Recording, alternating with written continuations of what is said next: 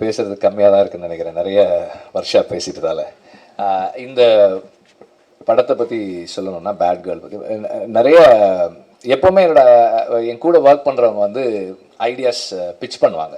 வந்து இப்படி ஒரு ஐடியா இருக்குது, இப்படி ஒரு ஐடியா இருக்குது. And I'm very harsh critic. And sometimes also இது கதை நல்லா இருக்குது, பட் இது படமாகாது. சம்டைம்ஸ் ஆல்சோ ஒர்க் ஆகலை.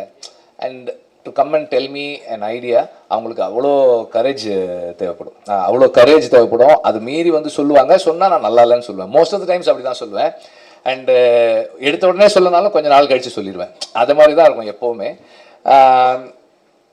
வர்ஷா வந்து அதுக்கு முன்னாடி 2-3 ஐடியாஸ் சொல்லிவிட்டு, இந்த ஐடியா சொல்லும்போதே she had one thing added to it. இந்த மாதிரி இது நாங்கள் செட் பண்ணிட்டோம், project is set, Amazon is doing it sir. ஒரு ப்ரொடக்ஷன் ஹவுஸ் தான் கேட்குறாங்க அப்படின்னு தான் வந்தது. ஸோ இந்த படத்துக்குள்ளே வந்து கடைசியாக வந்தது நான் தான்.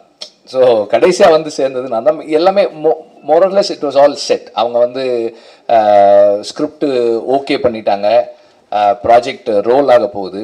அப்போது ஒரு ப்ரொடக்ஷன் ஹவுஸ் வேணும் அப்படின்னும் போது தான் கிராஸ் ரூட் வந்து ஆல்ரெடி கதை எனக்கு தெரியும். ஆனால் இந்த ப்ரொடக்ஷனுக்குள்ளே நான் வர்றது அப்படின்றது கடைசியாக தான் நாங்கள் வந்தோம். இப்போ எல்லாமே செட் பண்ணியாச்சு. ஒரு ப்ரொடக்ஷன் ஹவுஸ் வேணும் அப்படின்னும் போது ஐ ரெடிலி செட் ஓகே, கிராஸ் ரூட்டே அந்த ப்ரொடக்ஷன் ஹவுஸாக இருக்கட்டும். அதுக்கப்புறமா வந்து சில காரணங்களால் Amazon did not take it forward. அவங்க அந்த நேரத்தில் நிறைய சேஞ்சஸ் பண்ணதால் அது எடுத்துகிட்டு போகலை. தென் அனுராக் வந்து அப்போது இங்கே சென்னைக்கு வந்திருந்தார்.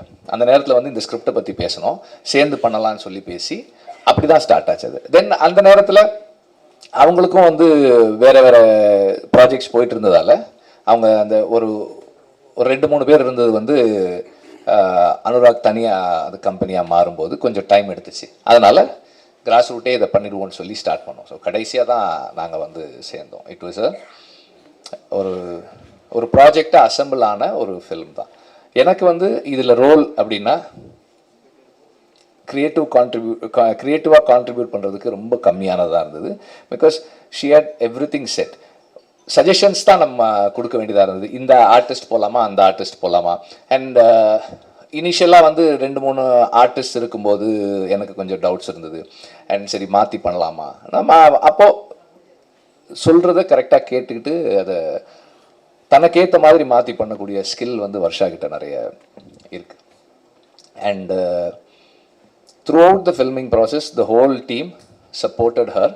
அவங்க டீம் வந்து வர்ஷாக்கே அவ்வளோ டவுட்டுன்னு தெரியல, அந்த டீம் வந்து கொஞ்சம் கூட டவுட்டே இல்லாமல் வர்ஷா ஒரு the best director of the கண்ட்ரின்ற மாதிரி தான் அந்த டீம் ஃபுல்லாகவே ஒர்க் பண்ணாங்க. They all had so much of commitment. And all my boys also, other boys also, எல்லாருக்குமே வந்து இந்த ப்ராஜெக்ட் நல்லா வருதுன்றதுல பெரிய நம்பிக்கை இருந்தது. எனக்கு இதில் பெரிய ஆச்சரியம் வந்து ஃபஸ்ட் டே நான் ஷூட்டிங் ஆரம்பிக்கும் போயிருக்கேன். அன்னைக்கு தான் நான் முதல் முறையாக அவங்கள சாந்தி பிரியமாவை பார்த்தேன். வந்துட்டு உட்காந்து, sir definitely sir, this is going to festival sir, this is going to national அவார்டெல்லாம் வரும் சார் அப்படின்னாங்க. நான் அப்போ வர்ஷா கிட்ட சொன்னேன், உன்னை விட உன் படத்தை ஒருத்தர் அதிகமாக நம்புகிறாங்கம்மா, நல்லா எடுத்துரு அப்படின்னா நான். So that energy, everybody had that energy. எல்லாருக்குமே இந்த எனர்ஜி இருந்தது. அண்ட் இன்னைக்கு படம் பார்க்கும்போது வர்ஷா ப்ராமிஸ் பண்ணதை விட அதிகமாக தான் டெலிவர் பண்ணியிருக்காங்க. அந்த டீம் வந்து ரொம்ப நல்லா பண்ணியிருக்காங்க. அண்ட் ஐ திங்க் அதுக்கு காரணம் வந்து வர்ஷா எல்லாரோட சஜஷன்ஸையும் எடுத்துக்கிட்டு அதை சிந்தசைஸ் பண்ணி தன்னோடதாக மாற்றி அதை டெலிவர் பண்ணுறது தான் இருக்குதுன்னு நினைக்கிறேன். நான் சொன்ன அந்த இன்னொரு ஃபர்ஸ்ட் வந்து மிஷ்கின் போன வாரத்துக்கு அப்புறம் வர்ற முதல் மேடை இது. அதுதான் நான் சொன்ன அந்த இன்னொரு ஃபர்ஸ்ட்டு.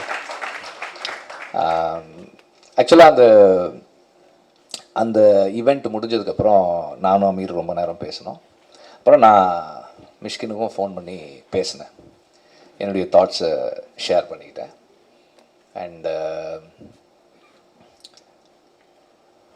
அவர் இமீடியட்டாக சொன்னது என்னென்னா, பாயிண்ட்ஸ் நோட்டட் வெற்றி, I agree and I have certain, இது பற்றி எனக்கும் சில கருத்துக்கள் இருக்குதுன்னு சொல்லி அவர் சொன்னார். நாங்கள் பேசினோம், ஷேர் பண்ணிக்கிட்டோம். அண்ட் ஒரு ஒரு நிகழ்வு நடக்குது, அது அது தவறாகும்போது அதை உடனடியாக சரி செய்துக்கிற கரேஜ் மிஷ்கினுக்கு இருக்கிறது வந்து எனக்கு ரொம்ப சந்தோஷமாக இருக்குது. அண்ட் அது வந்து ஒரு அந்த அந்த அந்த that is a trait that we all should have.